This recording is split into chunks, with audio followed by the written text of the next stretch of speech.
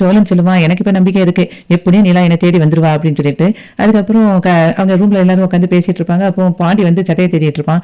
எதுக்குடா தேடிட்டு இருக்க சட்டையை அப்படின்னோடனே, இல்ல வானதி வந்து என்னை வந்து அவங்க ஃப்ரெண்ட்ஸோட சேர்ந்து பாக்குறதுக்காக கூப்பிடுறா, அதான் ஒரு நல்ல சட்டையை எடுத்து போட்டணும் அப்படின்னு நினைக்கிறேன். இது நாங்க செலக்ட் பண்றோம் அப்படின்னு சொல்லிட்டு சோழனும் பல்லவனும் செலக்ட் பண்ணி ஒரு சட்டையை கொடுப்பாங்க. அதுக்கப்புறம் பல்லவன் வந்து பாண்டியை அப்படியே நல்லா அழகா ரெடி பண்ணி வைப்பான். அதுக்கப்புறம் பல்லவன் சொல்லுவான், நான் அண்ணியை பார்க்க போறேன் அப்படின்னு சொல்லி சொல்லும்போது சோழன் சொல்லுவான், நானும் வரேன் அப்படின்னு சொல்லி சொல்லுவான். அதுக்கு பாண்டி சொல்லுவான், இங்க பாரு, இப்படி நீ அடிக்கடி அவங்கள போய் பார்த்துக்கிட்டே இருந்தா அவங்க எப்படி உன்னை மிஸ் பண்ணுவாங்க, கொஞ்சம் கேப் விட்டாதான்டா உன்னையும் அவங்க மிஸ் பண்ணுவாங்க அப்படின்னு சொன்ன உடனே, சரி சரி நான் போகலை அப்படின்னு சோழன் சொல்லுவான். அப்போ சேரன் சொல்லுவான், நீ மட்டும் போயிட்டு வாடா அப்படின்னே, சரி அப்ப நான் கிளம்பி போய் பார்த்துட்டு வரேன் அண்ணிய அப்படின்னு சொல்லிட்டு அவன் கிளம்புவான். நிலாவோட வீட்டில் அதுக்கப்புறம் நிலாவுக்கு வந்து அவங்க அம்மா பிரேக்ஃபாஸ்ட் செஞ்சுட்டு இருப்பாங்க. அப்போ சாப்பிட எல்லாரும் உட்காந்துருக்கும் போது திரும்பி காலிங் பெல் எடுத்து சவுண்டு கேட்ட உடனே அவங்க அம்மா போய் கதவை திறப்பாங்க. அங்கே பல்லவன் வந்து நிற்பான்.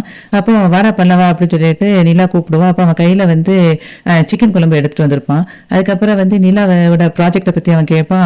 அவன் வந்து எல்லாத்தையும் டீட்டெயிலாக சொல்லிக்கிட்டு இருப்பான். அதுக்கப்புறம் சொல்லுவான், என்னடா கையில் வச்சிருக்கேன், அண்ணன் உங்களுக்காக சிக்கன் குழம்பு செஞ்சு கொடுத்துச்சு அப்படின்னு. சிக்கன் குழம்பா கொண்டடா பார்ப்போம் அப்படின்னு சொல்லிட்டு அப்படி திறந்து பார்ப்பா, என்ன வாசனை, அண்ணன் செய்கிற குழம்பு அண்ணன் செய்கிறதான் அப்படின்னு சொல்லிட்டு இருக்கும்போதே, சரி வா சாப்பிடலாம் அப்படின்னு சொல்லி அவனை கூப்பிட்டுட்டு அங்க டைனிங் டேபிள்ல போய் உட்காருவா. அதுக்கப்புறம் அவங்க அப்பா எல்லாம் சாப்பிட உட்காந்துருப்பாங்க.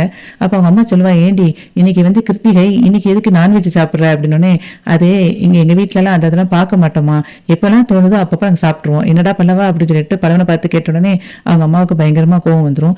அதுக்கப்புறம் இட்லியை வச்சு 2 பேரும் பல்லவனும் நிலாவும் சாப்பிட்டுட்டு இருப்பாங்க. அவங்க அம்மா அப்படியே எரிச்சலா பார்த்துட்டே இருப்பா. அப்போ பல்லவன் சொல்லுவான், அங்கிள் நீங்க சாப்பிட்றீங்களா அப்படின்னு கேட்டோடனே, இல்லை நான் வந்து கிருத்திகைக்கு நானும் சாப்பிட மாட்டேன் அப்படின்னு சொல்லிட்டு அவன் எந்திரிச்சு போயிடுவான். அதுக்கப்புறம் பாண்டி வந்து அவளோட ஃப்ரெண்டு வானதியோட ஃப்ரெண்டை பார்க்க போவான். அங்கே போன உடனே அவன் ஃப்ரெண்ட்ஸ் எல்லாருமே அவனை இன்ட்ரடியூஸ் பண்ணி வைப்பா. அதுக்கப்புறம் எல்லாரும் அவங்ககிட்ட கையை கொடுக்கும்போது அவன் வணக்கம் சொல்லுவான். உடனே என்ன கையெல்லாம் கொடுக்க மாட்டீங்களா அப்படின்னு சொல்லி சொல்லும்போது, இல்லைங்க அப்படின்னு சொல்லிட்டு அவன் அப்படியே மலிப்பிடுவான். அதுக்கப்புறம் ஹைஃபை கொடுப்பாங்க, அதையும் வந்து அவன் செய்ய மாட்டான்.